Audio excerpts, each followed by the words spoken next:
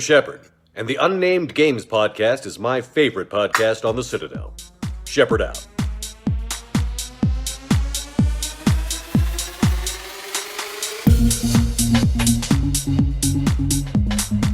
Hello, people of the internet, and welcome to episode 33 of the Unnamed Games podcast. I'm Craig, your usual host, and with me this week I have Mr. Alan and Mr. Chris. How are we, boys? Yeah, what's up? How's it going, Mr. Alan? I'm running on coffee and adrenaline. Woo! Apologies for everyone's headphones there. You're awake. You're awake now. You know you're listening to the Unnamed Games podcast now, people. Yeah. How you doing, Chris? Oh, I'm now deaf. Well, more deaf than I was 5 minutes ago. Thanks to That's something else that's failing on your body now. So it's like add it to the literally list, right? No, but, I'm all right. Like, not so bad. Yeah. Apart from rubbing your shoulder there, you've done a little Oh injury, yes, haven't you? you might see this. I've got a war wound, so just ignore me if you see me rubbing my shoulder. It's not something weird. I'm just hurting. Yeah, I think there was a band of super criminals in the town that he lives in, and Chris went and took them on single-handedly, arrested them all. It was a pretty epic battle, wasn't it, Chris?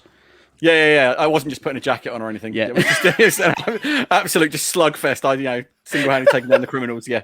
Absolutely. Not that we'll go into it, but we have just had a rather long conversation about how we're all very old and just injure ourselves through just doing apart. absolutely nothing. Yeah. And Alan was telling us stories of how you I'm forget. half Borg. Yeah. Resistance is futile. Cool. Right. Really well, this week we got a few things to go through. So we're going to go through a bit about the xCloud beta on iOS. It's quite a bit of information around some stuff that Sony's been doing, flip-flopping with their decisions, and also some stuff around KOTOR as well. So, but as usual, before we go to that, I'll find out what the boys have been up to. So, Mr. Allen, what have you been up to this week, my friend? Oh my God! I mean, I am a bit tired. I'm not going to lie. As I said, I really am working on coffee and adrenaline because it's been my first full week back at work after being off with, the heart attack. So it's my first full week back, and I am very, very tired. I'm not going to lie. So I haven't actually been doing a lot of gaming. I did message you earlier on in the week and say I'm probably not going to be an Outriders an awful lot. So I've been watching mostly TV and playing a bit of Easy Terraria. But I tell you what, I did do at the weekend. Last weekend, I watched a movie on Netflix called Love and Monsters. I don't know whether you've seen it on there. Oh, I've been meaning to watch it. It's got Dylan O'Brien in it as the lead, who I forget the name of the character he plays actually, but he's from the Maze Runner, the lead in Maze Runner, and I know who you mean. Wolf series as well. Yeah. He's a likable lad, good actor. And the thing is, if I had to compare this film to, I'll tell you what, actually, it's also got Michael Rooker in it. So, yep. So, a bit of Merle, love a bit of Merle. But yeah, so it's got a couple of good names in it, and it's really, really good. I'm not going to lie. I really, really can't recommend this film enough. It reminds me, if I had to compare it against another film, against Zombieland. It's got the same sort of feel and the same sort of humour and everything else, and it's got the same sort of kind of layout. So you've got the lead male protagonist, but he does like over narration, and then sort of says funny things, and it is really fun, entertaining film. They spent enough money on the special effects and the monsters, and I'm not going to spoil what the monsters are, but they're basically giant insects. But they've spent enough money. It tells you that in the trailer. I'm not going to spoil, but they're this. No, I'm not going to spoil what types they are. I mean, I'm not going to tell you there are centipedes and ants and giant ladybirds. I'm not going to tell you about that. I mean, I'd hate to ruin that for you, but other than that, it's a good fun film. Definitely recommend it. I really, really would. And I really, really enjoyed it. And I'd watch it again. I'd probably buy it actually. And that's a big praise if I said I'd buy it. So, and other than that, I haven't really done anything else, to be honest. I've been watching lots of New Girl. I'm up to series 3 now. Actually, I was just halfway through the episode of watching where Coach comes back in series 3. I was literally, I haven't finished that episode yet. Yeah. But and they've all gone off to the strip club. So so I've got to finish that episode, but I'm still loving it, still really enjoying it, really liking it. I'm interested. I said to you the other day, didn't I? I said, Winston as a character seems kind of underdeveloped. He's not as strong a character as Schmidt or Nick or Jess, or even Cece for that matter, and she's in it a lot less. And you said, you told me that apparently with Coach back in, that gives Winston another dynamic. So I'm looking forward to that very much. And I've, of course, watched the usual this week. I watched Invincible. I think it was the last of us 3 to watch it. Oh, my God. I don't want to steal anybody else's thunder, but it was a blinder. It was an absolute blinder. It was really freaking good. If you haven't watched this series yet, you are missing something out of your life, seriously. 100%. Go and watch it. That If first you like episode anything that we talk about, watch this. You will love it. Yeah, it's on Prime. Just to be clear about this, because I recommended it to a friend earlier this week, and I said, whatever you do, and trust me on this, if you've got kids, do not watch it with kids around. Absolutely. No. It might seem like it's fine. Trust me, you do not want to watch this show with kids around. It seems like it's fine right up until the point they start pulling people's faces off. Yeah. It seems like it's fine till it isn't. Oh, till it very much isn't. It's a cartoon. Billy, come in and watch this cartoon with me. Let's watch a cartoon together. Might have ripped that guy's head off. So it's a bit like watching The Boys, but in cartoon form, isn't it? Really, it's very adult, very very adult, but absolutely fantastic episode. And I cannot wait for next week. It's one of those things. I said to somebody before, sometimes I'm a bit cut up about this because quite often you get like TV series and they just dump them, don't they? Netflix, and they just and I end up watching it all in 1 or 2 days, and just binge it the whole lot. And there's a lot to be said for binging. It's great because it's like watching a 6 to 8 hour movie, and it's really an investment and it's fun. But it's still a lot of fun for me in that excitement of an episode coming out every week, and you're waiting and it's Thursday night, and you think, tomorrow Invincible's out. I can't wait to finish work because then I can go and watch Invincible. And there's that level of excitement that you just don't get with like binge watching. So I am so looking forward to that. Haven't got around to watching Winter Soldier yet. I'll fill you in on what I thought next week. But yeah, that's pretty much what I've been up to. Oh, and sleeping. A lot of sleeping. Sleeping's good. Sleeping's good. Yeah. Nice one, Alan. Sleeping Cheers, mate. Yeah. Mr. Chris, Mr. Ratley, Well, what have you been up to? Complete opposite to Alan. I haven't been sleeping much at all. So always good fun. I've been playing a lot of Outriders, despite it seemingly hating me, as Craig can bear testament to. Like playing that game, it just doesn't want me to be online for some reason. However, I think when in the I am space of online, about 10 minutes, it kicked you out 3 times, didn't it? Yeah, it was like literally 3 times in 10 minutes. But when I am playing and it's working, I'm really still enjoying it. I think it's a great game. I think there's a lot to be. I mean, it has its frustrations. I've given up on my Trickster for the time being, and that was my highest level character. And I've given up because I basically got sick to death of the skills just not working. It only really seems to happen on the Trickster to the degree it does. But there are so many problems with some of the Trickster skills. I just went, you know what? It's sucking the fun out of the game for me, and I can see that it is. So I'm going to dump that character for now, and I'm going to go back to my Pyromancer and my Technomancer, both of which have now hit end game. And I'm really enjoying my Pyro, to be fair. It's fun setting things on fire. You can't really complain about that. So Outriders has been a bit of a blast. Been enjoying that. Chris, what problems have you been having with the Trickster skills? Because I haven't played this week, but I've got level 23 Trickster, and I can't say I've noticed any issues. But I'm using the Vector knife, the twisted bullets. I think the problem with it is there were problems throughout the campaign, but they were so much more manageable because when you get to the end game, everything's timed. So the minute something doesn't work properly, you start thinking in terms of, well, that's cost me 10 seconds or that's cost me 20 seconds. And there are much more intense encounters throughout the whole period you're doing them. So you're constantly relying on your skills and you build around your skills. So one of them I use is Hunt the Prey. Hunt the Prey, which is the teleport skill where you teleport behind the enemy. And when it works, oh my God, it's mega. I just pop my twisted rounds, do a Hunt the Prey. I'm behind an alpha, for example, and I go, bam, bam, bam, bam, bam, and it's dead. And I'm like, ha! And then move on to the next one, do the same thing. However, there are tons of problems where you do Hunt the Prey, and for example, it just doesn't teleport. You just stay where you are. You get the cooldown, the animation happens that you disappear, and then you just reappear exactly where you are. You're like, cool. Oh. Cool. Then the other one is you'll teleport behind them, but instead of being as you're supposed to be behind them facing them, you'll teleport behind them facing away from them. So now, because the enemies are super, super fast, you're now at a distinct disadvantage because you've just put yourself directly behind a powerful enemy with your back to them, which is obviously great. And of course, muscle memory kicks in and you jump behind them, start firing your shotgun or your gun or whatever it is, and they're not there. Or you might trigger a skill like the blade, the temporal blade, and you waste your skill because they're behind you. And it's like, hold on. And then there's the other one, which is sometimes you'll trigger hunt the prey and you just go invisible. And then you have to log out and log back in to get the visibility back, or unequip and re-equip each item you have on your person to like make it all come back for the game to reset it. There are other problems as well. Like there's one with the hunt. About what time did those? About what time? So they only did really those it only really started happening in the end game, man. Well, they probably were happening before, but like I say, you just don't notice them because the end game is so much more intense. Because it's all timed and you have to be on it. Like there's no breathers. It's just like when you start the expedition, it's go till the end of the expedition. And I don't want to steal the whole show here, but I just wanted to another quick question. When you did the final mission, what world tier were you on? Well, okay, so I've done it on various world tiers. I did it on world tier 15 initially with my friend Luke. And you finished it? Well, I'd say no. Okay. Let me just rephrase that. We got to the boss fight, and it was world tier 15.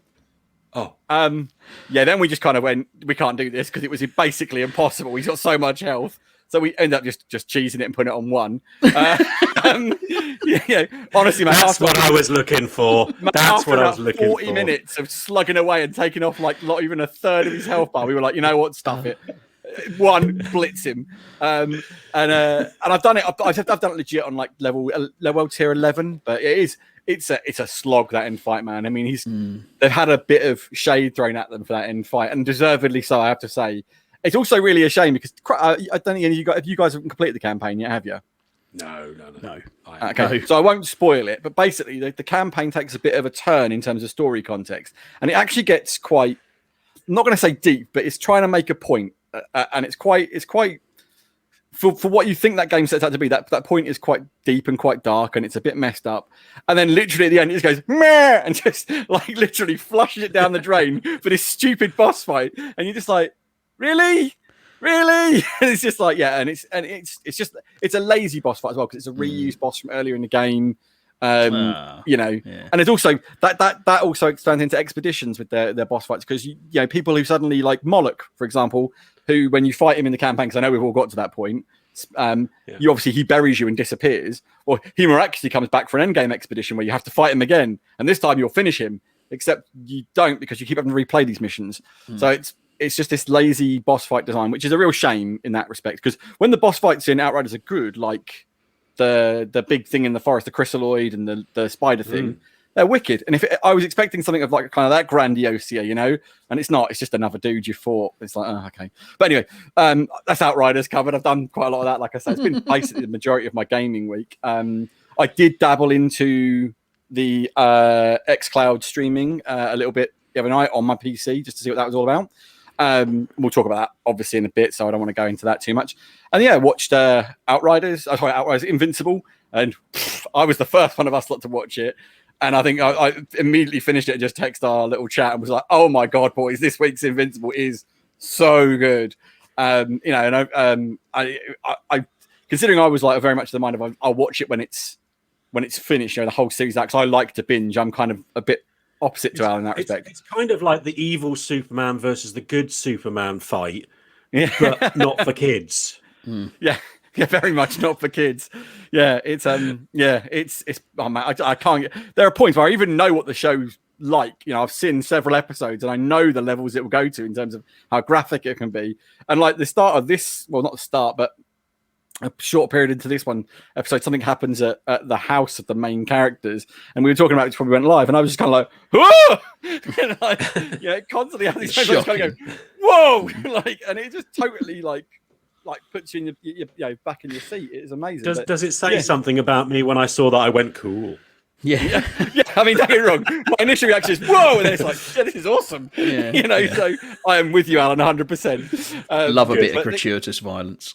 Yeah, and I've been painting a lot this week as well. Like you guys have seen, I've been painting a Wonder Woman bust and a Batman, Nightmare Batman from Batman v Superman Justice League, Zack Snyder's Justice League thing. Batfleck, yeah. So I've got that on the go. And I've been doing a lot of work on Wonder Woman. She's taken a lot of time. I'm really pleased with her. She's probably the best thing I've ever done. So I mean, we'll maybe share it on the Unnamed Games pod at some point, or you can see it on my Instagram. So there you go. I'm easy to find on Insta. And then so I've been doing that. I've been enjoying those, and that's sort of I'm in that little DC bubble at the minute. So I'm actually today in the post got the new IMAX remaster of Batman v Superman. So I watched that today, and I have to say, picture quality on that is absolutely stunning. Like the IMAX shots in particular. Like there's a shot. I think I said to you, before Justice League came out, Zack Snyder's Justice League, I decided to rewatch through Man of Steel and Batman vs Superman because they are the Snyder trilogy, aren't they? Really? The Batman versus Superman version that I watched, which was the Ultimate Edition, I think it's called Ultimate Edition, that has the additional, I think, 30 minutes worth of footage, which is a massively better film than the theatrical cut because it just makes loads more sense, but I won't go into that. It just makes sense. Well, yeah. But the quality on it was just so up and down. You get some shots that look like they were in just HD, say 1080p. Others looked 4K. Some they were bigger full screen shots, IMAX shots. Some were smaller. It was all over the place, and it was quite jarring, the drop and increase in quality. So it'd be nice to see it all at high. I mean, UHD. it's not all IMAX like Zack Snyder's Justice League is. It is all 4K, and it's all of the same quality. But you do notice the IMAX shots being so big and bold, like the shot where because you will have that little slight jar where it goes from the I can't remember exactly what ratio it's in, but the vertical bars to the horizontal bars. Oh, sorry, the other way around. You know what I mean? Those bar switches, when the aspect ratio changes, it is a little jarring. But by the same token, like the first shot, I remember being like, the film opens in 4:3, the IMAX ratio with the thing, and that looked amazing. And it's amazing how, because I know the film very well, I'm suddenly like looking at it going, you can really tell the difference in the way he's framed it. And Alan said something when we talked about Zack Snyder's Justice League when we did the spoiler podcast. And you said like it feels very like looking at a comic book panel, and I think that square ratio definitely helps with that. And it's really noticeable in Batman v Superman. Some of the shots really do feel just like a comic book panel, and it's really nice. Like the shot where you see Batman looking up in the rain when Superman first arrives for their fight. Yeah, that was like, I mean, my jaw was like on the floor. Like the depth of the black and that it just looks so good. I mean, I was like, all right, I've seen this film a load of times, but that really stood out to me as a real wow moment. So yeah, really pleased to have that. I'm a big fan of the movie, so it makes sense that I've got that. And there's actually wasn't massively impressed with the cover though. I didn't really like the cover. I mean, that's a tiny little thing. It's weird. It's weird. Like the posters. It's the poster they did for the initial promo, and I never understood them. And I still think I still think they were a bit of a misstep in the promo of the film. Is that the half and half face one? Yeah, but they haven't even really matched them up. It's like they're like kind of mismatched, and it's if you saw the two posters were supposed to be, there was one which had Superman with his, I think it was his eyes torn out and like the Batman logo, and it said false god in it, and then the Batman one had like sort of things the Superman logo, and it said something else. So they were supposed to the whole messaging of Batman v Superman was a big mess in the first place, if you ask me. Even the name's stupid. Just call it Batman v Superman. It did not need to be called Dawn of Justice. It was a stupid name. So I just call it BVS or Batman v Superman. I can't be bothered with the whole Dawn of Justice. Just pointless. I think everybody knows what you're talking about if you say Batman versus Superman. Yeah, exactly right. But it was actually, before we came on the air, I actually read something online. We haven't got it in our running order this week, but about the Snyder cut. Obviously going to HBO Max. Schneider. And apparently it was a big flop on HBO Max. It didn't do what they wanted to. And it's kind of, because obviously, the kind of circles that we run in, it seems like it was such a prominent thing. This is what everyone wants. But, I think it is what this vocal minority wanted, which is... the uber geeks, if you like, who want this kind of stuff, and I guess a lot of people. Hold on, mate. Sorry. I guess there's a lot of people who think they've already seen the film, don't they? Like it's just a director's cut of a film I've already seen. Yeah. Like without understanding how. It was really quite. I mean, yes, it was still the same film, but it was very different in the way you watched it. But to someone who's just seen a film, well, I've already seen that one. Why do I want to watch a 4-hour version of it? It wasn't that good in the first place. And I guess that's how people would think, and maybe why it hasn't really made much of a difference. Well, the other thing is that's only domestic numbers, and the bigger percentage of the views, from what everyone can gather, has come from overseas, and there's certainly a large chunk of his fan base is overseas. So, like India, for example, the film is just running rampant in India. It's been doing so well over there, and that's a huge market. So, I mean, it's a weird thing about Hollywood. They seem so focused on this domestic market. So if a film does great internationally, they seem to ignore it a lot of time. There have been so many films that have done well in China, for example, but they flop in America. And so they go, we don't want a sequel. No one wants to watch it. It's like, well, the whole Chinese market wanted to watch it. And there are a lot of people. Do you know what I mean? It's like, so it's a very weird one, the way they report numbers. I do agree, though, that it was surprisingly low numbers from what they've said, but there's also some big question marks online. Who knows, mate? You'll never know the true stories. They could. I also think, to be honest with you, Warner Brothers would be very smart right now, AT&T included. And I'm a big fan. I'd love to see more of it. But it's getting to that point now where they kind of have to draw a line under it. So even if they just said, look, it flopped badly, we're not going to make any more, they can at least give their justifications and move on. Because I'd love to see more of it. I want to see more of it. But by the same token, I know that's logistically probably not going to happen. No, it's not. You know, and I think that sometimes it's bordering towards that toxic fan base now as well. And I'm a little bit concerned that where that'll go. But there's still some good people in that movement who still want to see the things they love for the right reasons. But I do think that maybe it's time to go, look, we got our pound of flesh, time to move on, you know. And it was a great movie, and I'm really happy that I've got it. It's one of my favorite superhero movies ever. I am, like I said, gutted it won't go any further, but we got what we wanted, and it was great. So, you know. Yeah. But yeah, so yeah, no, thanks for that, Chris. Anyway, what have I been up to? Well, I'm not going to repeat the same things that we've all done. I have watched the last episode of Falcon and the Winter Soldier. Really enjoyed it. Really good. I think if I had to kind of sum up the whole season in comparison to when I watched WandaVision, I preferred WandaVision as a series. And I think I was really trying to kind of break it down in my mind because I've really enjoyed Falcon and the Winter Soldier as well.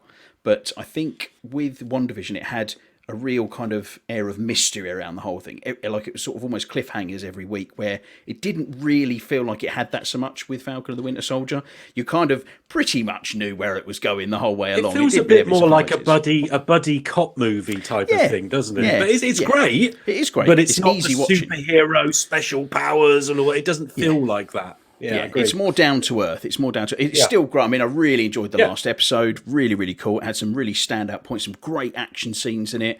And yeah, I definitely recommend watching it. But yeah, I think for me, WandaVision just tipped it. What I'm really waiting for is Loki. That I just cannot wait for June for Loki to come out. It looks good. You can't get enough Hiddleston. Man's mate, brilliant as Loki. Have you seen the trailers for it? It just I have. Yeah, he's so good. It's going to be fun, and it's going to be well worth it. I can't wait. Yeah. Do you reckon that's one you'll watch when it comes out, Chris, or you'll hang fire on it like you know that I'm a bit burnt out on Marvel as a whole. I think where I'm at the minute is I'm kind of getting around to things, and I think WandaVision's at the top of my list to watch. And then I can take or leave the Falcon and Winter Soldier and Loki.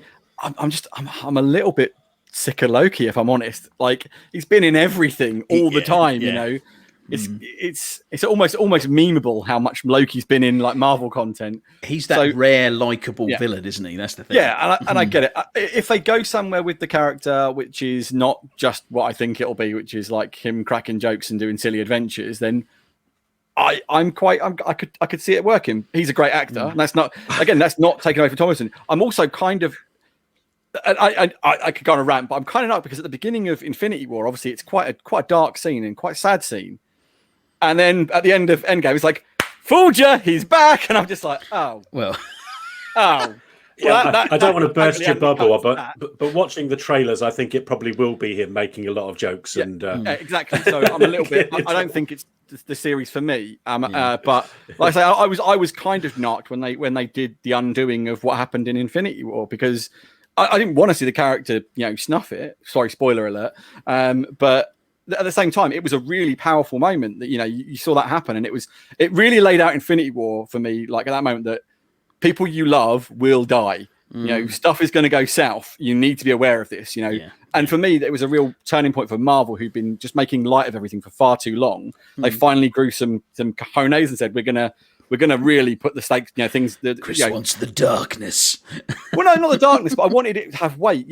Like one of the reasons Black Panther, whilst I don't particularly think it's brilliant, the villain in Black Panther is so good. Killmonger is incredible as a villain. Marvel's always had a villain problem, and their villains are generally not very interesting and don't tend to be that threatening. And you always know they're going to be beaten essentially, which is the shame about it.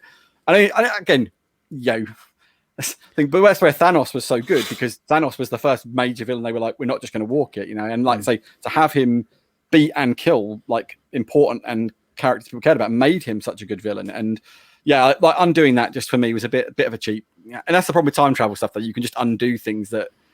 I think the problem you get with a time travel film as well, people dissect time travel films so deeply, and they're always going to have paradoxes, and they're always going to be it's not even the paradox. It's just, you can just get out of jail, free yourself on unpopular decisions, can't you? Yeah, I suppose so. Yeah. But anyway, yeah. So I could go on and on, so let's not do that. So I'm looking forward to Loki. They haven't watched it yet, obviously. What else was done? Yes, so there's been announcement of several. I think it's 9 or 10 EA games that have now had the FPS boost on Xbox.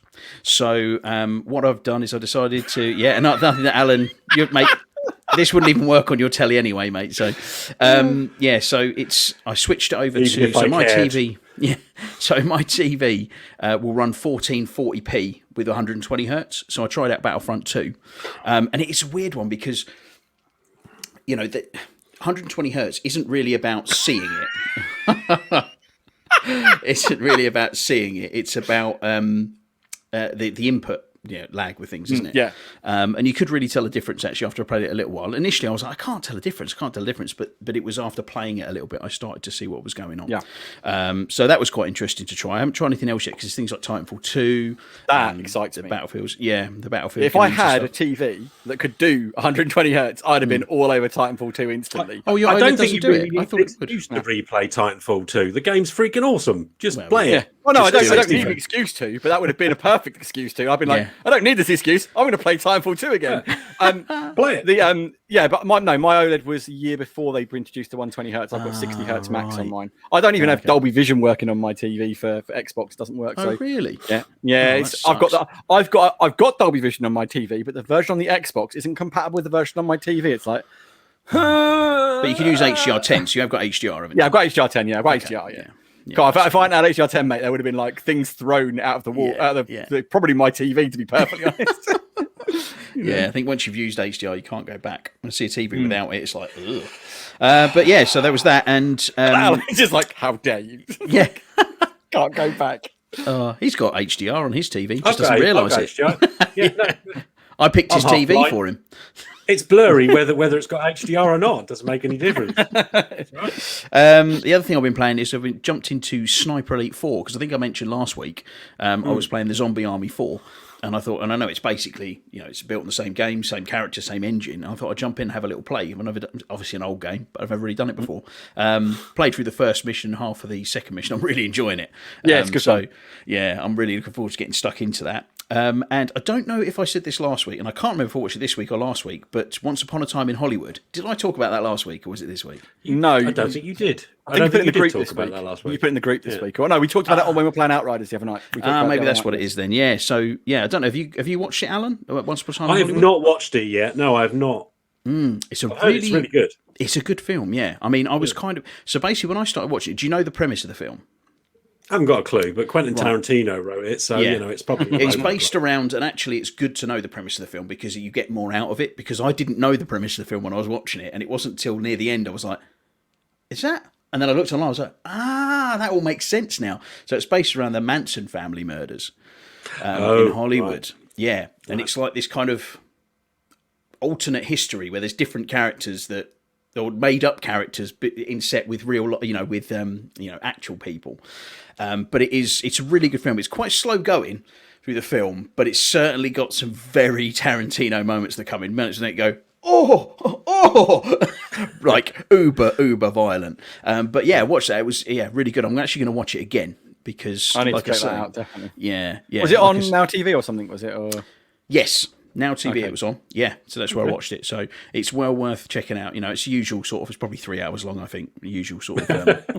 Usual sort of shebang. Tarantino, but it is very talented. It's got some really great shots in it, and it's Brad Pitt. He's a great director. Absolutely fantastic. Oh, Brad Pitt and Leonardo DiCaprio are both absolutely fantastic in it. They're really, really good. So I definitely recommend that. But yeah, that's kind of what I've been up to. Obviously, like I said, I've been doing other stuff, but we've already gone through all that. So yeah, let's move on to the news, shall we? So the first thing we've got to talk about is the whole xCloud iOS and PC beta has gone live for some Game Pass Ultimate members, and two of us in the room here, me and Chris, have been lucky enough to get into the beta, which has been awesome. I'm more happy than Chris because Chris is an Android user, so he's already had it on his phone for ages. Whereas I have an Android work phone, but it's an old piece of junk, and it's a work phone, so I wouldn't really use it on that. But it's really nice to get it up and running on iOS. And I actually did a little video of it, which is on. I've put up separately as well on the channel, so if you want to go and check that out, it's sort of got my kind of first impressions of it, really. But yeah, I've tried it out on the phone, tried it out on the PC as well, and yeah, it's really, really good. One of the main things, the takeaways that I got from iOS was, I think a lot of people know from back in the day when it was supposed to come to both Android and iOS, that Apple wouldn't allow them to do a streaming app on the phone. So what they had to do is they had to develop a web-based app. So effectively, you're just accessing it through Google Chrome or Safari. Simple as that. It's just literally coming up on the dashboard that way. But it doesn't feel like you're accessing it through the web. It feels like it's a proper app. Yeah. So it's really good. I mean, you tried it on the PC, Chris. What did you think on the PC? So yeah, I was really impressed. You just load up a browser, fired it up, logged in. Well, I followed the instruction email, which is the first time you get it going. It's a little more complicated. Well, I say a little more complicated. I just went to the URL, and because my Microsoft account signs me in across all platforms, it knew I was there, signed in, and I could just start firing it off. I had one issue trying to get Outriders to work, but I think that was an Outriders issue, not an xCloud issue. I couldn't sign into the Outriders servers, but that's probably Outriders. Let's be honest. It's more than likely Outriders. Let's face it. It's not uncommon with Outriders, sadly. And then I saw, and then I played a bit of Gears of War and a few other bits and pieces. And I said to you that the only thing that stops me using xCloud more of late has been you feel those last gen load times, because it's obviously all running on Xbox One S hardware in the cloud, isn't it? And you do, if you, especially being as we all are Series X owners, like we're used to go and it goes right, and you're there and it's done. Whereas like that, you're like setting up your stream and it's like, now I want to start the game.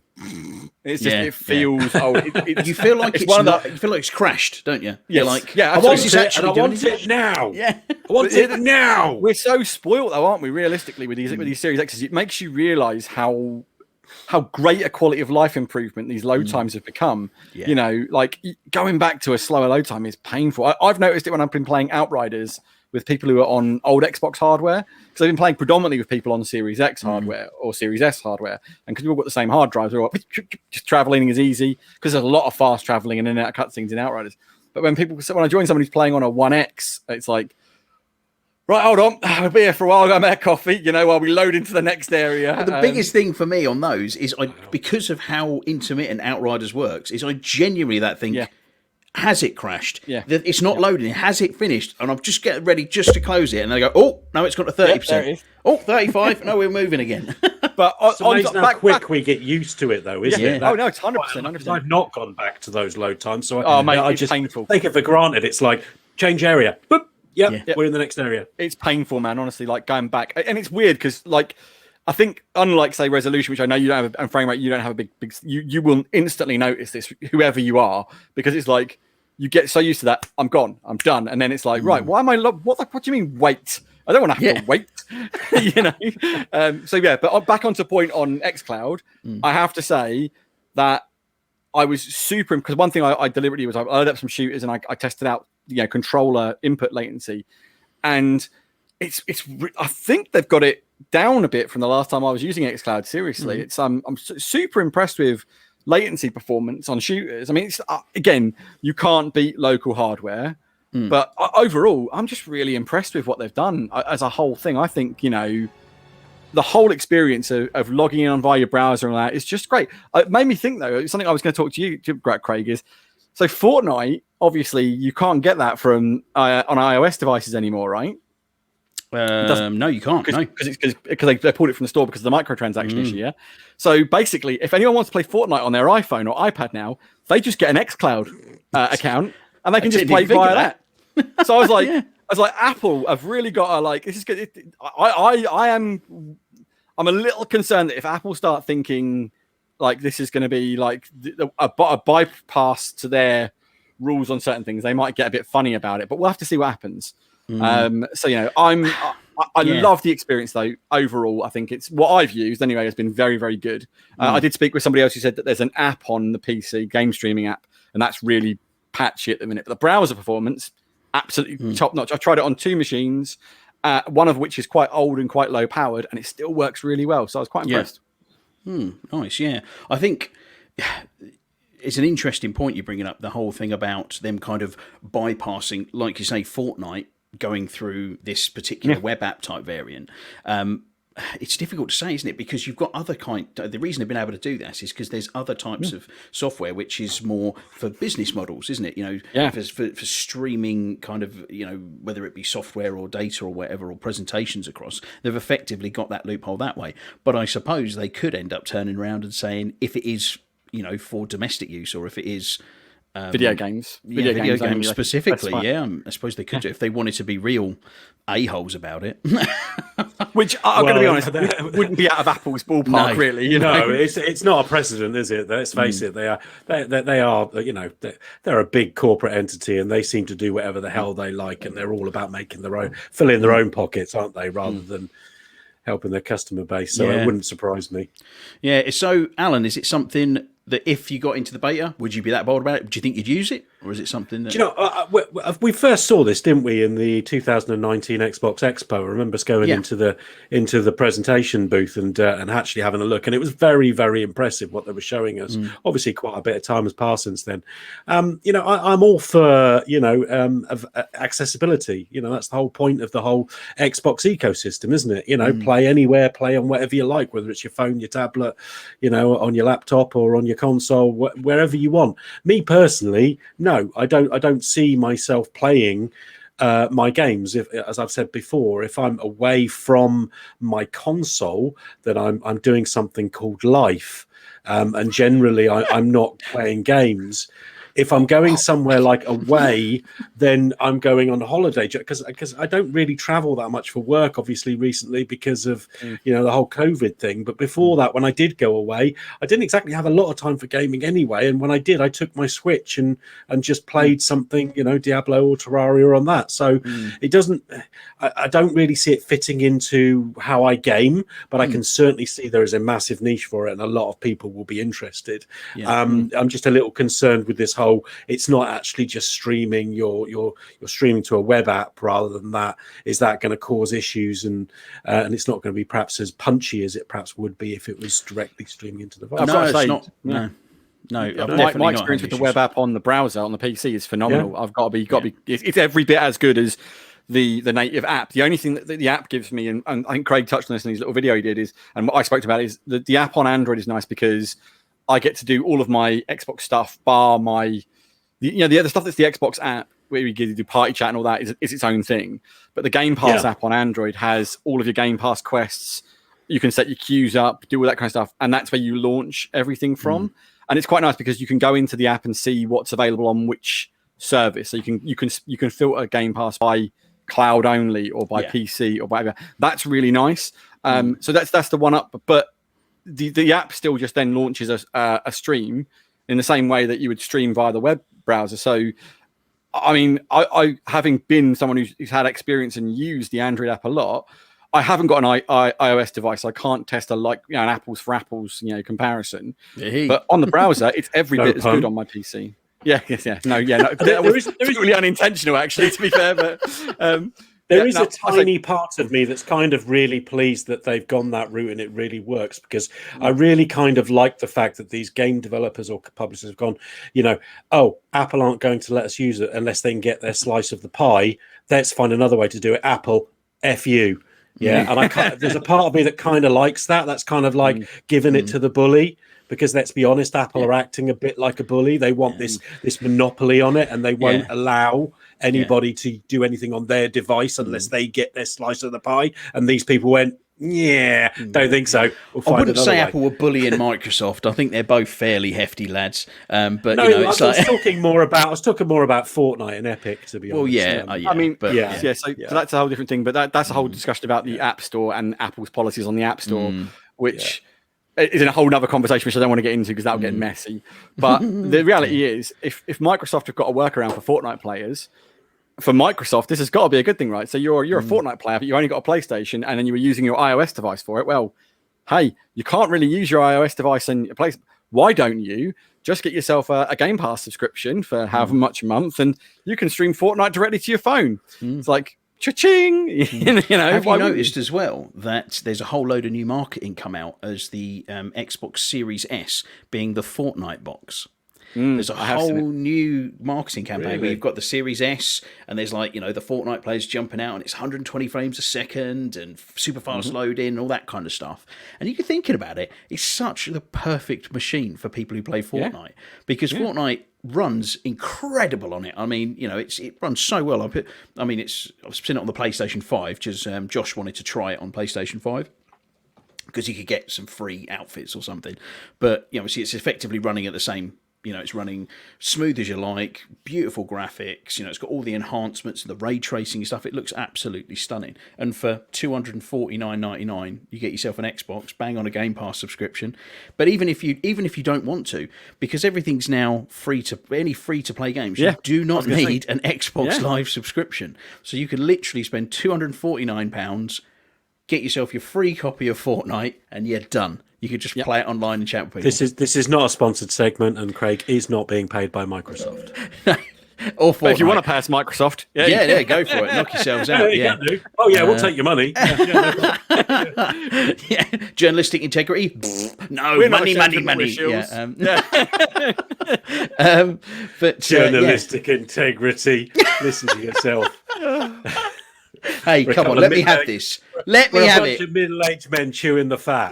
We ain't journalists, brother. We ain't journalists. We also are not going to get paid by Microsoft. We can pretty much guarantee. Yeah, but really, I think I've got a better chance. Yeah, I think I've got a better chance of going to write for the Telegraph than them paying us.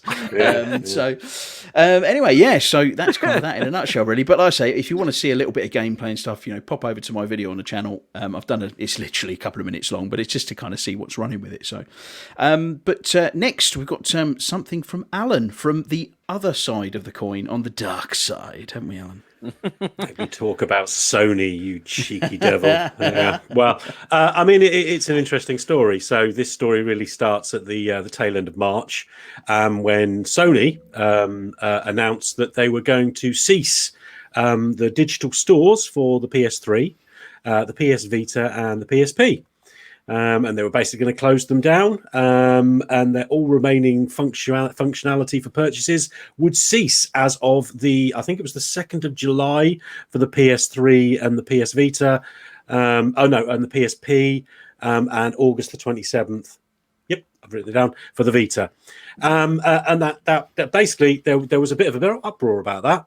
And today, as yesterday, no, actually 4 or 5 days ago, Jim Ryan, the president and CEO of Sony, actually released this, where he said, upon a further reflection, we have decided that we are not going to cancel the digital stores for PS3 and the PS Vita. We're clear we have made the wrong decision. The stores will be staying open, in his words. He said the decision was based on a factor of commerce support challenges for older devices. I think that actually translates to we don't want to spend the money supporting these older devices. And then he backed that up with the ability for us to focus more of our resources on newer devices where the majority of our players are, which is essentially Sony's way of saying, if you bought a PS3, it's about time you bloody well bought a PS4 or a PS5, you cheapskate. We're not going to support you anymore. But the community rose up and went, no, I don't think so. Yeah, actually, we all want to carry on playing our legacy PS3 and sometimes PS2 and PS1 games, and this is unacceptable. And all credit to Sony, who, let's be honest, have not had the best PR and best run this month for news. They are getting quite a lot of bad press. This was the right decision to make, in my opinion. But what I found very interesting about this story was that it actually highlights a really important issue with the PlayStation 3 and the PlayStation Vita consoles. And that is the fact that they use an internal battery to verify whether that person has purchased their game digitally from the PlayStation network. So when you turn on your PlayStation, you try to upload one of these digitally purchased games or add-ons or a video, it has the time and the date on the console, and it then pings the PlayStation network to verify that you actually have that. And that is integrally a problem, because if they shut down the stores, there's no response. So if your battery dies in your PlayStation 3, for example, which it is prone to do, because apparently they use small clock batteries. I don't know, I've got the number here. It's a CR2032. I have no idea, but that's what it's, which is actually stuck to the motherboard. If that stops working, then when you turn on your PlayStation 3, it asks you for the time and date, and it then pings PSN to verify that you've got those purchases. If there's no response, you can't play those games. So in essence, when you purchase those PlayStation 3 games from Sony, you didn't purchase them at all. You don't own them. You purchased the right to access them from Sony. And this brings into question whether you actually own digital games. Do you pay for that game? And in essence, you definitely do not, because Sony can effectively turn off your right to play those games anytime they like. Despite the fact that you've spent your hard-earned cash to pay for that game that you might want to play 10 years from now, but you won't be able to, because Sony says, no, actually, we're not going to pay for the infrastructure for you to play that game anymore. And that, to me, is a real issue. I don't know whether modern consoles have that anymore. I don't think it is. Just on that PlayStation 4 and 5 have the potential same issue. And if the clock battery dies, yeah. I mean, correct me if I'm wrong. I think I did read somewhere that it's potentially an issue with the Xbox as well. I didn't see that, but I might just miss that. I can't say for definite. But I mean, definitely affects PlayStation 4 and 5, definitely. Yeah, I watched a video of a guy testing a PlayStation 4. He removed the battery and tried to do it, and it will not allow you. But it kind of goes on to the bigger point that you're making there, that is very much the case no matter where you buy your games digitally from. Yeah. Doesn't matter what platform they're on. You don't buy a game, you buy a license to access it. And you would kind of think to yourself, well, maybe I should buy disc games then. But the fact of the matter is, the amount of games now that are online required, whether they're even like really online games or not, you're still not going to be able to access them properly if they decide you can't. So that's the thing. Very much software, whether it's bought from on a hard disk or whether it's downloaded, it is just a license to use it for as long as they see fit. But that's the difference, isn't it? Because you buy I think a lot of people, consumers, don't understand that difference. Because you buy a video or a movie and you buy that DVD. Of course, you're not buying the movie. You're buying the rights to watch the movie on the DVD the same. But you can always watch that movie. The difference here is that at any point, the people that own that game, which isn't you own the rights to access that game, can just turn it off. And I think a lot of consumers don't understand that difference. So it's a very good point. I think there's that debate's been going on for a while with game ownership, and I think I will say this, and I'm not going to just turn the conversation to Microsoft, but this whole thing and their approach to older games at Sony is really starting to bite them in the backside when they start looking at long-term infrastructure. And the way Microsoft have done it with backwards compatible, etc., just making it work with the newer hardware makes it more viable for them. And it's just like, because everything's now running on the same platform just via backwards compatibility. They don't have to have separate servers for each set of consoles. They just go, well, if you want to play it, you play it on Xbox Series X or Xbox Series S or Xbox One even.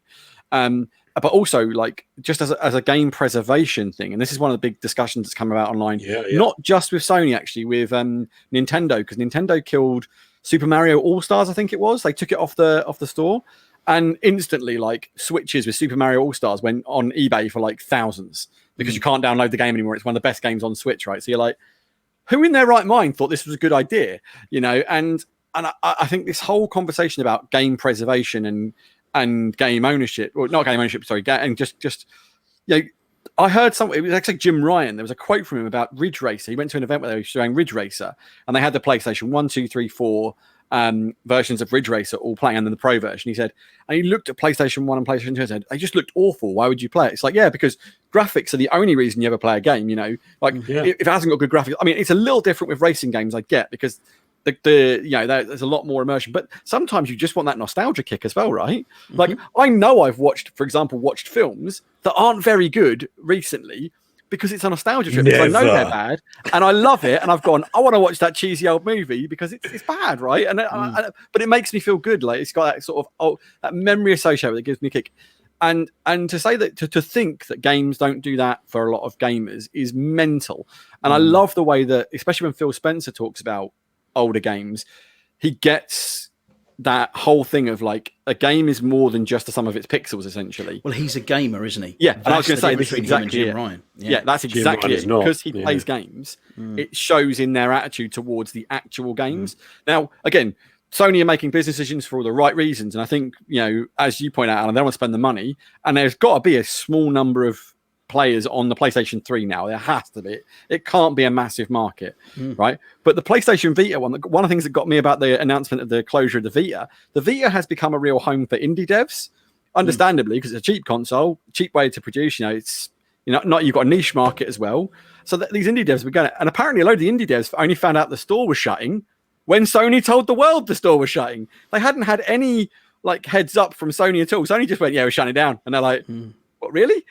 Like, they were middle of making games. So one studio were like, we're going to have to rush to try and finish it so it can at least get out there and somebody can buy it, so we can try and make any money on it. And then obviously now they don't have to worry about that because Sony have reversed course. And on that, just while I remember, good on Sony for listening to people. You know, I'm not going to stand here and slam Sony when they did the right thing. Yeah, absolutely. Thank God they listened, and thank God that we're doing this. But yeah, they need to get more gamers involved in their gaming division, because otherwise it's going to start to show that they're motivated by money and by, the next. Well, and they're a corporation; they should be. And Microsoft make decisions based on whether it's financially a good thing, but they also understand that sometimes things that, like for example, backwards compatibility might seem like a big investment for nothing, appeases us gamers, and we go, "Oh, you mean I'm always going to be able to play this game?" You know, it's understanding your core market. Yeah, exactly. It makes me feel comfortable that if I buy a game on Xbox digitally, like you were saying, Alan, is that in 10 years, if I want to play it again, providing the servers are still up for that game, I can. You know, and I would never have that confidence with Sony after this. You know, like, it boggled my mind to read it. You know, to not have a backwards compatible solution when people have been crying out for it, and then to take the ability to play those games away from people just seems so just stupid to me. But yeah, I don't know. Yeah, however, if you've got a PSP, you're stuffed. 2nd of July, that's it. Yeah. Sorry, to be guys. fair, most of the PSP stuff I would think is available on the little, was it UHD or UMDs they did, wasn't it? The little discs. Yeah, hard media. Yes, hopefully. But that's I mean, games. There's a whole argument about games being art. You know, and they are. You know, they're forms of art, and they should be preserved. And there's lots of people out there who are they're video game historians, aren't they? You know, who work on things. There's games that get lost, or games that get code gets deleted, or gets lost. You know, for certain games, and people, teams of people that get together and try and rebuild these games together and stuff, which is great. You know, because it is. This works of art, definitely. You know, these things that we play now in 100 years will be viewed very differently to how they are now. You know. Yeah, 100%. Yeah. You know, no, good stuff. Yeah, thanks for that, Alan. So next on the list, we're going to stick with Sony, actually, aren't we? Chris? It's bit of a rumor. Yeah, we haven't got any official news, but there's a bit of a strong rumor circulating. Now, Phil did bring this to our attention last week. We decided not to run with it because it was a bit grey at that point. It was one person that sort of mentioned it, but now it seems to be coming out more regular. And there was, in fact, a leaked web page or went up and then quickly got pulled down. I say leaked, basically put a website up too early and then oh crap, people can see this, take it down. Which it appears that Sony are trying to add value to PlayStation Plus in the form of they're offering movies included in your subscription. There were 3 listed on the site, Venom being one of them. So Sony movies, unsurprisingly, which I was like, okay, I can see it, but I'm also like, that's basically the news. Sony look like they're going to slap on movies for free on PS Plus, which is good. Don't get me wrong. Anything extra money, value for money. Sorry, you can't really complain. But I have the question to you guys. So, firstly, there's 2 points to this. Firstly, do you think it's what gamers want is free movies? And secondly, given that Sony have just signed an exclusive deal with Netflix to put all of their content on Netflix from here on outwards, do you think this is actually really a great value add, or just Sony just kind of doing something is better than doing nothing at this point? You know, I'm a little bit confused. I think really with them adding Sony made and Sony published movies, it's not going to cost them anything to add them onto place. If it was movies that were published by, by Disney, for example, they would have to pay a license for, and it would cost them. This way they're adding they're getting, it's only benefit they're getting from it. Yes, they're going to be older titles. They're going to be ones that maybe don't sell as well now, and it's just going to increase the value of what that PlayStation Plus membership is. In terms of, is that what people want? I don't think anyone's crying out for it, but equally, I mean, I'm a PlayStation Plus subscriber, and I think they're doing a great job. It's far better than Xbox Live Gold. Yes, Xbox the games Live are good, Gold, though, to be fair. The games are very good on PlayStation Plus. But I don't even consider Xbox Live Gold games anymore because I'm a Game Pass subscriber. It's just like most of the time, they're utter rubbish, basically. They're just, or really old, or very indie. There's nothing, never really anything very good on there. Not recently, anyway. Whereas the PlayStation games, like this month, I think we had Oddworld Soulstorm, which is a brand new game, and it's a PS5 exclusive. It's not very good. I played it. I didn't like it. I deleted it. But it's a new game. And also had Zombie Army 4, which funnily enough, as it went onto Game Pass, and Days Gone as well. All came to PlayStation Plus. So there's some really top stellar games on there. So I can kind of see where they're going with it.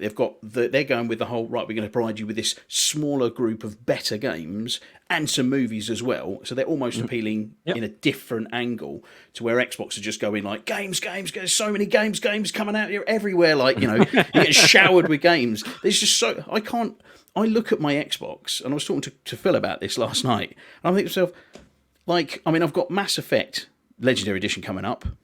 Other than that, I'm like, there's just so much stuff coming to Game Pass. I don't even know when I'm going to buy another game. Yeah, I just all this, the Xbox exclusives coming out, all the stuff that turns out like Outriders out of the blue, going, but I was going to buy that. Oh, great, it's on Game Pass. Yeah, it's an incredible thing. But yeah, I think there's a market for it. I think it's great. As I'm with both of them, does it compete with Game Pass? Does it? Hell. The big question here is that is it just it's saying to the people who already have or a PlayStation or everything else, okay, here's something a little extra, thanks very much, because I don't think it's going to make somebody suddenly go, I need to go and get myself a PlayStation now, because PlayStation Plus, and it's got movies now. It's I don't think that's the intention, because I don't think that's what people really are kind of interested in, but it's certainly a nice extra. I certainly wouldn't complain. It was funny you were talking about Game Pass there, Craig. I was actually talking to my wife Ellie earlier on today, actually, and she was going through Game Pass because she doesn't have it, and and she was looking through, she's going, oh my god, it's got Kingdom Hearts and it's got The Sims and it's got this, and I'm kind of like, look, I can only say it as simple as this: if you pay for the Xbox Game Pass, you will probably never have to buy another game again. It's as simple as that. There will always be something new on there for you to play, constantly, for what is literally what £2 or £3 a week, which is just nothing. And it's like, so, and she's seriously considering it. So if they put movies in that, would that make me want it anymore? No, not really. I'm there for the games. That's why I bought the ticket. And I'm sure most people on the PlayStation are exactly the same. Yeah, it's a nice touch. But it's nice. It's like, a couple of free movies. Thanks very much. It's interesting. Interesting that this rumor comes up around, because obviously we've had an announcement that Sony are actually removing movies and TV shows from the PlayStation dashboard. But then they're potentially doing it. Like, what's going on over there? I don't really get the rationale. I mean, maybe that whole removing the movies and things from the platform is something to do. I mean, I hadn't heard about this rumor with Netflix. It's not a rumor. It's confirmed. They've signed a deal that when anything finishes its theatrical run, it now has exclusive streaming rights on Netflix. Basically, Netflix did a bit of a coup with Sony Pictures and went, we'll sign you exclusively. So I think we're talking about Netflix and their ascent to domination. Netflix in the streaming thing have realised that another good way to compete with obviously the rise of like Disney Plus is to go, well, let's sign up other studios and make them part of our thing. What's really interesting about that though is all future Sony content will be exclusive to Netflix, including Spider-Man.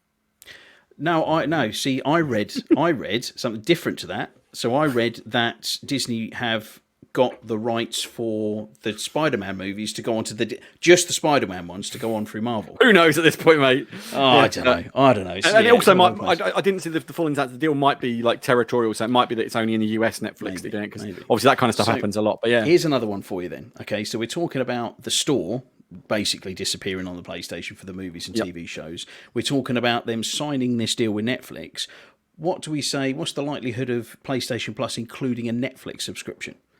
But be interesting if they did that. Would be interesting if they did that. That would be a power play. Or you get a reduced cost for Netflix if you have a PlayStation Plus subscription. You get like a code or something. That would be a really smart move. Yeah, PlayStation Plus is like another couple of quid or whatever, and you get Netflix.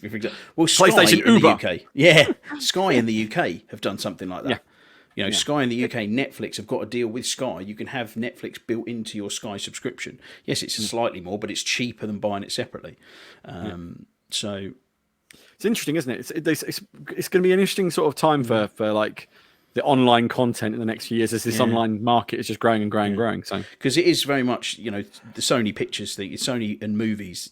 Microsoft can't compete in that market. They don't have a presence in TV and movies. So it is interesting that they've gone that way. They've played. I think we're probably going to see more of these sort of team ups anyway, because at one point there was a saturation of the market of lots and lots of different companies trying to get a market share. And it kind of makes sense for those to kind of Netflix are going to show Sony movies, and as you say, Sky has got Netflix, and it all starts to kind of merge together. And so you don't really. We've said this before. I don't want to be paying like 6 different subscriptions every month. I pay a couple. I'm happy with that, but I don't want to pay tons. And when something comes out specifically on Now or specifically on HBO, it's like, I can't watch that. So these more of these deals that are coming out are much better for the consumer. Well, I expect to see more of them. It's weird that you should say about that multiple subscriptions, because one of the things we talked about very briefly, you talked about the Snyder Cut stuff, is HBO as a whole is struggling, right? When you see the numbers compared to say Disney Plus and Netflix. Especially Netflix just killing this. Like they're so far ahead of the game in terms of everything else. But what's really staggering about that is HBO in America. If you're an American HBO Max subscriber, you've got the whole of the 2021 movie slate included in your HBO Max subscription, right? And yet somehow that hasn't been enough to bump the numbers. I mean, it's like, I don't get it. If I was in America and I could get an HBO Max subscription, it'd have been an instant buy for me. The minute I'd be like, yeah, all right, I'll sign up, not a problem. I would have done it for Justice League, but I can't wait to see June. Like June is a real highlight of the year movie-wise for me. And that was going to be included. I could watch it at home. Do it. Yeah, all right. I don't understand why people haven't. But this is the thing. HBO is struggling. So maybe we need to see more of this kind of integration across the board, and see these studios maybe tie in. To compete with Netflix and Disney. Who knows? Well, the amount of times you've watched Justice League anyway, Chris, you've made your money back straight away. So that's... I've not pre-ordered it or anything on Blu-ray or anything like that. No, no, of course not. Nice, cool, good stuff. Great. Well, we're going to stick with Chris to another topic now. Yes, we are. This one is exciting. Oh, a lovely rumor. It's exciting. And it's still a rumor. It is still a rumor, but it seems like a very credible rumor given who sort of made the comment. So basically, in an interview, Jason Schreier, who, if you follow games and follow the games news, is probably the most respected games journalist out there. There's him, then there's probably Paul Tassier, 2 of the best in the business, in my opinion. And Schreier is responsible for a lot of the behind-the-scenes news we get on things like how studios are falling apart, how Anthem went so wrong, etc., etc. But anyway, the news is, are you ready for this, lads? Apparently, like when people keep asking him about is there a KOTOR remake happening? He said there's basically, there's something to that. Essentially, a KOTOR remake is in the works, and it looks like it's being done by a smaller company, so not BioWare directly. But I mean, KOTOR is, I have a very weird memory of the original KOTOR. Sorry, stop talking in code for a second. If you don't know what KOTOR is, it stands for Knights of the Old Republic, which is a Star Wars game. It was probably one of the greatest Star Wars games that's ever been made. The story in this is phenomenal. It's the first BioWare RPG that blew me into the back of my seat. I was like, I couldn't get enough of this. So I remember I started playing it when I was off sick with the flu. Like the first couple of days, it was just something to do while I was trying to recover. And then throughout the course of the week, as I got better, got further into the story. Yeah, exactly. So I was like, I wonder how much longer I'm going to be off work. Just long enough to finish this game, I think. And I was absolutely sucking into this game. And I won't drop spoilers because the story is absolutely fantastic. Like real highlight. But I will say this for it. I've got it on my phone as well because there was a re-release of it on Android not so long back. I think it went on iOS as well. I'm not sure. But it's a lovely game. The story's still great. The characters are still very relevant. There is a certain amount of dating that's gone on with it, though, I think is fair to say.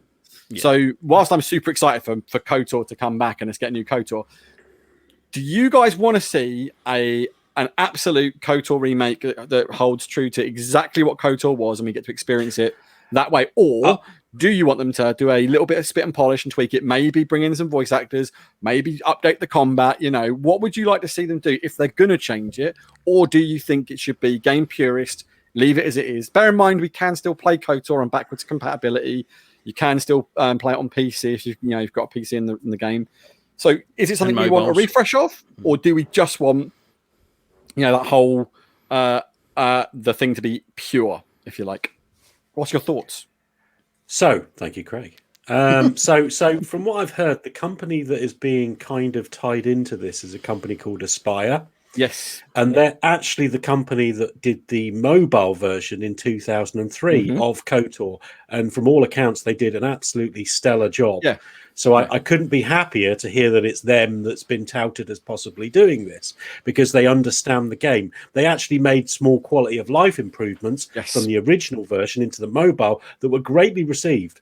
So that adds that extra level of confidence to this. I have to say, my example is not a great one really, but when you look at was it Resident Evil 2? Was it 2? The re-release a couple of years ago. The remake.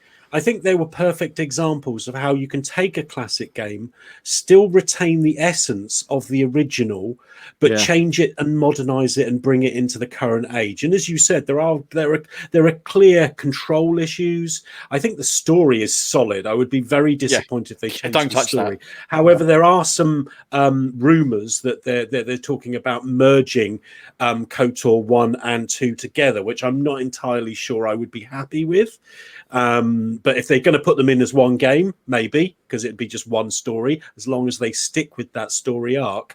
But as far as adding, updating it, I think it needs it. I think it needs it as a game. And there's a perfect opportunity here to do a Resi Evil 2 or 3 remake of KOTOR. Put in some good combat. I mean, just looking at that video you were just looking at there and it's just literally standing there with them shooting blasters back and forth at each other. I mean, it's dated. Great at the time. It was so immersive, and you didn't even notice those issues, but now you do. And I think this is a perfect opportunity. Because it's so loved in the community, this game and the sequels, that people will buy this. I think there's a fantastic market out there for that, and I think this is the opportunity that they've actually got a company that knows what they're doing, knows how to make the improvements right, judging by their previous work on these titles. I'd love to see a complete remake, but don't mess with the story because I know where you live. I'm 100% with you, Alan. I think the only thing holding me back from going through and playing the game again, because you're going to shoot me here. I don't know if I've said this before, but I never finished either of them back in the day. Because back when those games were out, I was less of a gamer. I still gamed. I still had consoles and stuff. You were a player, had other things. I had other things on my life. He was drinking and shagging is what he was doing. Hey, my kids listen to this podcast. Shush.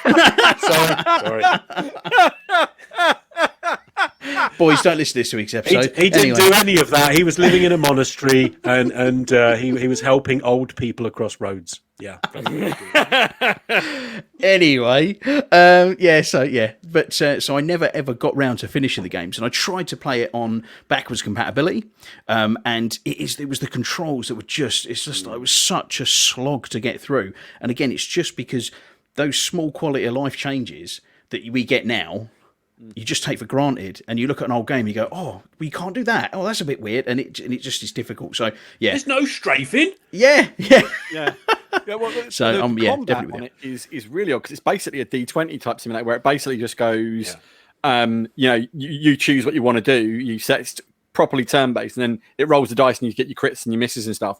And because of that, it's very stop-start. Now, what I was thinking was, wouldn't it be nice if, because KOTOR as a whole is a pretty small game, like you can put it on your phone quite happily and have a lot of room left. You know, it didn't take long to download it. No. So I've got it on my phone. I've played it on my phone, and I've never made it through it on my phone for exactly the reasons you say. Like, it feels a bit of a slog and a bit dated. It has been nicely tweaked. I will give them their dues. They did a really, really good job of it. You know, and like when you first get into it and you're on the ship and you're being attacked, I was like, oh, I remember this is so good. You know, but that nostalgia struggles a little bit with this game because of the fact it feels a bit clunky now. So what I would like to see them do is absolutely, like you say, Alan, a Resident Evil 2 type moment, but I would love them to supply it in its pure form as well. Like, you know, go, look, we just zipped up the graphics a little bit and left it exactly like as it the Master was. Chief type thing. You can switch between. Yeah, so you can switch between. Textures, you can toggle it. You toggle it quite the same way because you'd have a whole different combat system. But it would be nice for them to say, look, because we wanted to do a whole new rework, here's the rework. But because we basically just added like maybe the new graphic sheen, but kept the combat exactly the same. So you've got two ways to play it. You've got the new way with the enhanced, or you can go back and play it completely classic, but with enhanced graphics. You know, I think that would be a really nice thing for them to do. So you keep the purists happy and you get a better, more modern game out of it while still retaining the core of KOTOR. But I'm super excited for KOTOR. Let's just be really clear about that. Like, KOTOR is a game that left a mark on me when I played it first time. I was probably like, oh my God. And BioWare became a name which I trusted implicitly after KOTOR. Although I am going to give you a little confession here, Craig. I never finished KOTOR. But I didn't finish it because I got to the end, and the fight with the end boss is incredibly difficult if you've chosen not to take one particular force power. And by incredibly difficult, I mean it's almost impossible. Like, you have to be psycho ninja good. I had chosen not to take that particular force power. Of course. And I learned a very important lesson about staggering my save games as well that day as well. So I just kind of always chalk it up to, I have completed it really, but I haven't really, because I wasn't going to, I've never been into that Dark Souls-esque routine. And I wasn't going to spend 45 minutes trying to figure out how to get this guy. I've completed 99.7% of the game. Exactly that. So yeah, but I don't really care because like the experience of just playing KOTOR is so good. That story, like Alan said, don't touch the story because the story is so good. You know, Bring a new one. That's what I want. Nice little segue there. Actually, we're just talking about a Halo. Just remember when that Combat Evolved new remastered version came out. How long did you sit there pressing that start button, going textures, no textures, textures. Yeah. Oh, a new area, textures, no textures. Look, all the time. The first time we played that through, I think it took us 3 times longer because we were all walking around going, look, textures, no textures, textures. Check this bit over here. Look, there's a bit of light there, but there isn't when you press the texture button. I just remember constantly, like exactly like you say, when me and my mate Jim were playing it because he's a big Halo fan, and we would just sit there, and I was like, and it was just constantly be this stopping the combat, and you'd be like, oh Jim, you've got to push the button, you've got to come over here and push the button and see the difference, mate. You just got to do it, and that was non-stop, and you're just like, it's crazy, so quality stuff, awesome. Well, future's bright, so we'll see. Okay, so that's through with the news. So this week, are you ready, Alan? We are moving over to the quiz hosted by the Mr. Radley. This is the quiz. This is the quiz. Oh, I get a jingle. Look at me and my jingle. You wouldn't do me a jingle last week, would you? Yeah, he didn't. Yeah, tough. It's tough love, Craig. It's tough love. So, guys, what I've done is I put together a quiz, okay, and I am naming it Who Said That? Who the Phil Said That? Okay. So, what it actually is, so I quite like that title. I've got to be honest. Phil won't be happy about it, but you know, it's tough. What it is a quiz based on movie quotes. So I am going to ask you, or I'm going to give you a movie quote, and I'm going to ask you if you can. There are 3 points up for grabs on each question. Okay. And what I want from you is the actor who said it, the character name, and the film it's from. Oh, right. So, okay. We'll need a buzzer. So, Craig, do you want to give me a buzzer, sir? Yes, I wish I'd have thought about this earlier. I'm going to say it's going to be Bastila. Oh, Bastila. Nice. Alan, can I have a buzzer from you, good sir? In commemoration of my Solarco Marines Colonial Marines T-shirt I'm wearing today. I'm going to show you that. I'm going to go with Game Over, man. Nah, I like it. Right, so have we got the idea? I'm going to give you a quote. Now I need you to tell me.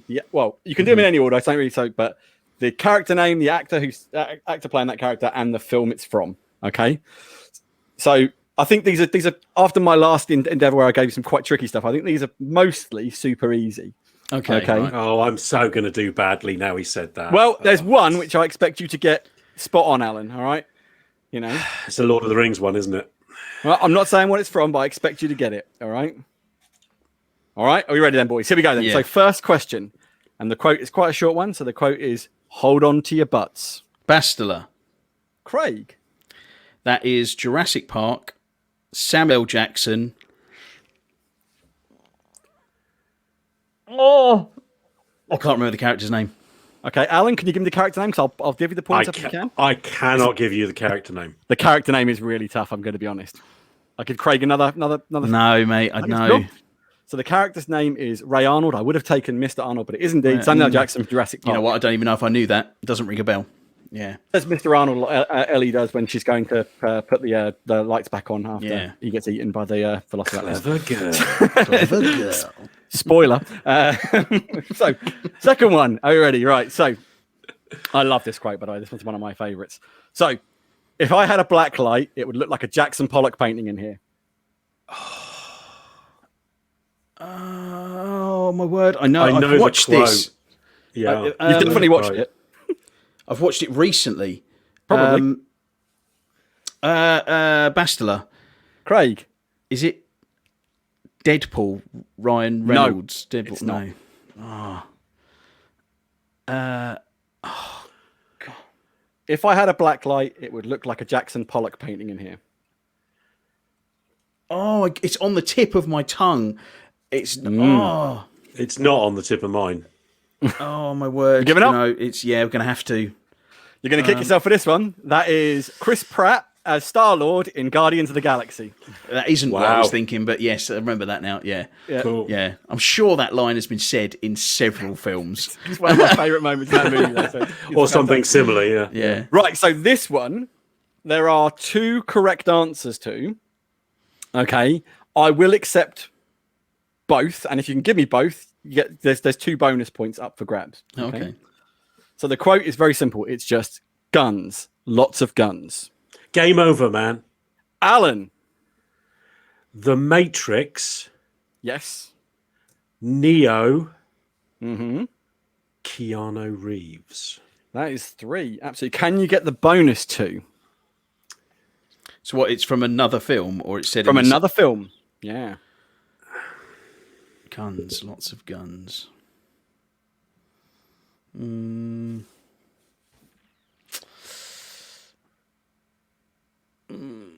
No.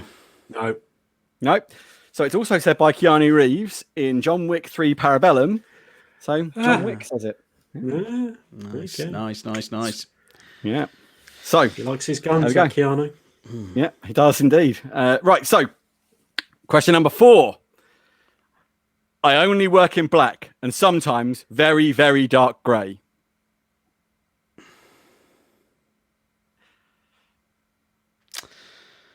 See, again, this... So I'll give you a clue. No. I'll give you a clue because this one's a little. I think this is an animated film. Bastila. Craig. The Lego movie, Batman,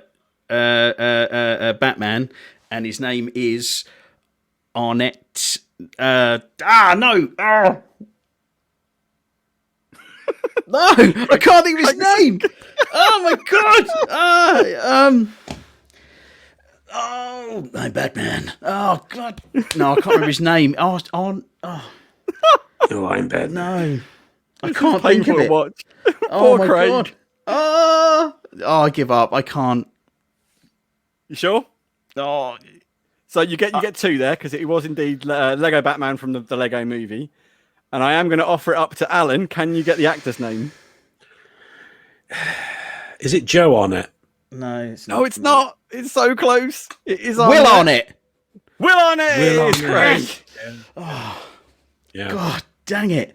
Okay, it's Arnett. That is- Arnett. That is such a good film. I remember sitting down it's to so watch that good. and thinking, "Oh, Lego, I'm a bit old for this." And it's just so good. And Will Ferrell, because I hate Will Yeah. Ferrell, Yeah. I absolutely cannot stand any movie Lord he is Business. ever in. Is absolutely brilliant in that film as well. I have to say, so though, good. I finally watched the second one actually last week, and I was a little disappointed. Didn't have the I same haven't watched wonderful it. charm. Yeah, it doesn't quite work as well the second time round. But that doesn't detract from the fact the first movie is phenomenal. Yeah, and so Will good. Arnett as Batman is a real highlight in that film. Yeah, definitely. See, when you said that, I was like, that's totally a Batman thing. But what? That doesn't sound like a Batman movie thing. Is that one of the animated things? Completely discounting the Lego movie. So, this one, I am looking for a specific film, and the quote, as far as I can tell, is from a specific film. Okay, so the quote is, "And I am Iron Man." Bastila. Game over, man. Oh, Craig. That is from Iron Man. Robert Downey Jr. Iron Man. So that's 2 out of 3. So which two? Ah, So I believe if you can't figure that out the which two you got right from that, I'm quite shocked. But I believe the film is wrong, and I believe the film is Iron Man 2.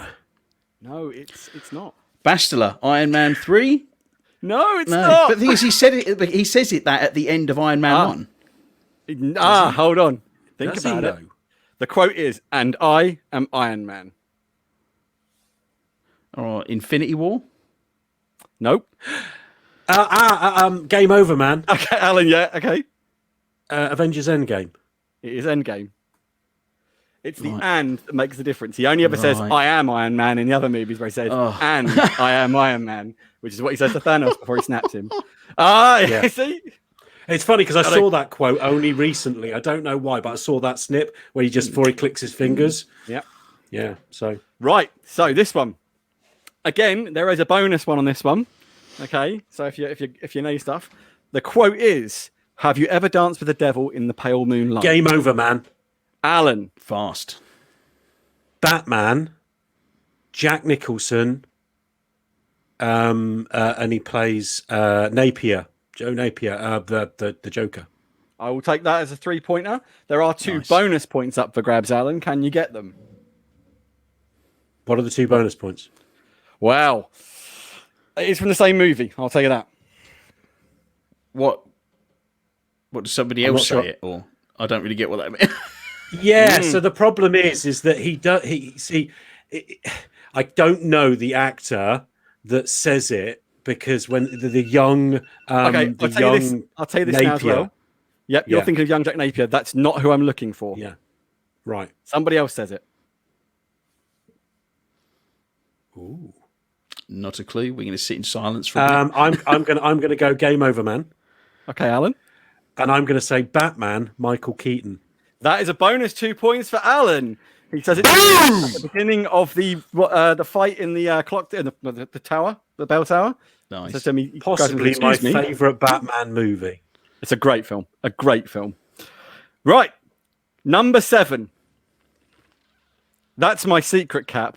I'm always angry. Oh, God. Alan.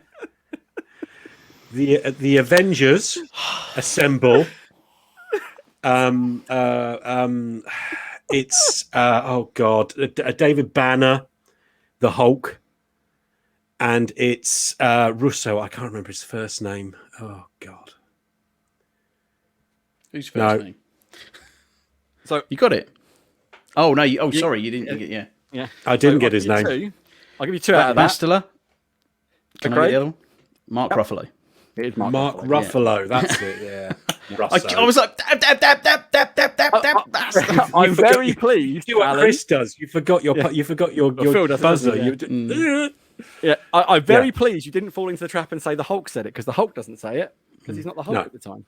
no, There you it's go. David Banner. Right. She's going to do a superhero landing. Wait for it. Bastila. Craig. It's Captain Marvel's the film. Is it? Oh, I'm completely lost now. Game over, man. No. You Go sure? on. I'll tell you now, Craig, that wasn't correct. No, yeah, you're right. I think Alan. yeah.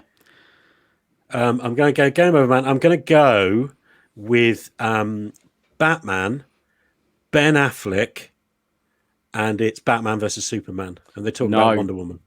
Damn it! No. She's going to do a superhero landing. Wait for it. And I'm Disappointed done. here. Disappointed here. It's obviously a superhero movie.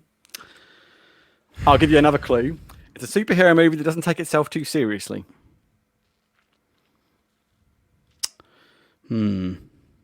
Oh, game over, man. Alan. Deadpool, Ryan Reynolds, Deadpool. That's 3 points to Alan. Yeah. Congratulations. Yeah. Sir. Yeah. It's where what's her face? UFC fighter jumps off. Yeah. That's what Well done, Alan. Well done. It's that thing, you know the quote and you're like, but where? Where is that from? Okay, so this one. I have been and always shall be your friend. God, I hate it because I know that quote is such a good quote, and I know, and I just, oh, for God's sake. Don't know. No idea. I'm going to be disappointed if it doesn't go. Do, Very do, disappointed. do, Sure? do, Are you sure? Yeah. do, I'm I'll gonna go have one more to. time. do, I have do, been do, and do, always shall do, be do, your do, friend. do, do, do, do, do, Keep doing that, Craig. That's so helpful. I'm just trying to fill the silence where we don't know. I'm going to give you a few seconds. I wouldn't I think don't that know. wouldn't bother me. I know. I really, really know the quote, and when you say it, I'm going to hate myself just a Oh, little bit Alan, more. you have no idea how much you're going to hate yourself in a second. Yeah. So that is from Star Trek II: The Wrath of Khan, and it's Oh Leonard my Nimoy God, as Spock. Leonard Nimoy, Spock. Of course it is. Sorry. Whoa. That's the thing, in it. It's just words out of context. It's difficult. Getting old and those brain cells dying off. It's never pretty. I'm stunned you didn't get that, Alan. I've got to be honest. Yeah, but I'm there we go. annoyed. I say I'm annoyed with myself because it's so obvious. So this when you is said it. this is the last one here, guys. All right. So all to play for. And the quote is this: What's the matter, Colonel Sanders? Chicken. I expect this one to baffle you, but it's one of my favourite quotes from the movie. Okay, so clues for this one because I know it's going to be difficult. It's a comedy, and it's a parody of possibly the biggest film of the entire time of ever. Game over, man. Alan. I'm going to go with Spaceballs. Okay. He's not looking convinced. And I don't know the name of the character. I'm trying to remember the actor as well with the helmet, Darth helmet. But Rick no, Moranis, but you can have Rick that. Moranis, yeah. But I don't think it's right. I don't think it's that. So it is Spaceballs the movie. Ah, Oh, The character is the character is Dark Helmet, and the actor is indeed Rick Moranis. So I'm going to give you all 3 points for that because that was close enough. Even though Craig, in fact, you know, I'm going to give Craig one and give you two. Craig won because he got Rick Moranis. But give me all 3 points. I gave him one, and he didn't get the other one. Well, I'm No, being take nice. it. I'm Dark fine. Helmet. It's fine. It's fine. I'm kidding. I'm To joking. be fair, Craig, you got crucified anyway, mate. I know, mate. I know. Absolutely trounced. So at the end of that, did you enjoy that first and foremost? It was. that was really good. That was really It hurt good. my brain. Humiliating at points, but good. It's so frustrating because I've done this before, and like you go, I know that, Yeah, yeah. I know that, and I know it's something. And just I know exactly. I could feel your pain at point. I was listening to Radio X. Been listening in the mornings on the way to school with Ryan, and every morning on the way into school, we've got this. They do this 20 seconds to 20 grand, and basically, if you can guess 5 song titles in 20 seconds, when the songs come on, you win 20 grand, right? And you hear people on there, it'll be the most obvious song, like, I don't know, Nirvana, Smells Like Teen Spirit, and people going, just like panicking. They can't get it out of their mouth, and they end up wasting like 10 seconds on a song they know intimately, and that's same sort of thing. Yeah, it's so frustrating, and we do this all the time when we do this quiz. That you know that you're standing there and someone and you will ask us a question, Craig, and I'm just like, pressure. Oh my god, I Yeah. know that. Why can't I summon the knowledge? You know? Yeah, So, totally, man. Anyway, I'm glide you enjoyed that. I quite enjoyed making this one. It's quite fun to go back and revisit some great quotes. So the scores on the board are Craig with 9 and Alan with 15. Boom. Well done, mate. Well done, Thank you Alan. very much. Well done, sir. Now I'm going to go Very and good. flagellate myself in the back room for missing out on the Spock quote. Thank you. I was going to say, I think it's a hollow victory, given that he didn't get the Spock one. I think it'd probably be Alan's biggest complaint. I would be even unhappy with myself if it had been a Lord of the Rings quote that I'd missed, but Star Trek pretty much up there. So. Yeah, I looked for a good Lord of the Rings one, but they all just seemed way too obvious. Or it was some random obscure character that nobody but you would have gotten, to be perfectly honest. True. Good Thanks, stuff. Chris. Cool.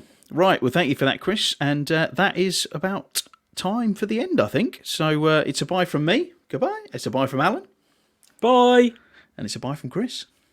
Goodbye. Bye-bye, everyone. Bye. Bye. I'll do the same. Jazz hands.